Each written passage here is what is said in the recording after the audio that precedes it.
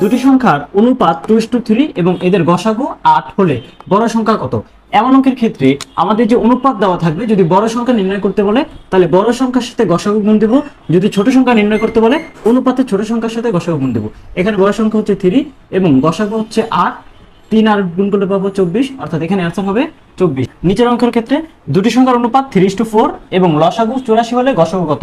যদি এরকম হয় যে কোনো অঙ্কের অনুপাত দেওয়া আছে এবং লসাগু দেওয়া আছে, গসাগু বের করতে বলে, তাহলে যে অনুপাত দেওয়া থাকবে সেই অনুপাতকে গুণ করব, অনুপাতকে গুণ করার পরে লসাগু থেকে অনুপাত ভাগ করব।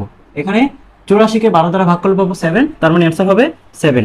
যদি দুইটা সংখ্যার জায়গায় তিনটা সংখ্যা বল, সেম একই রকম কাজ করব।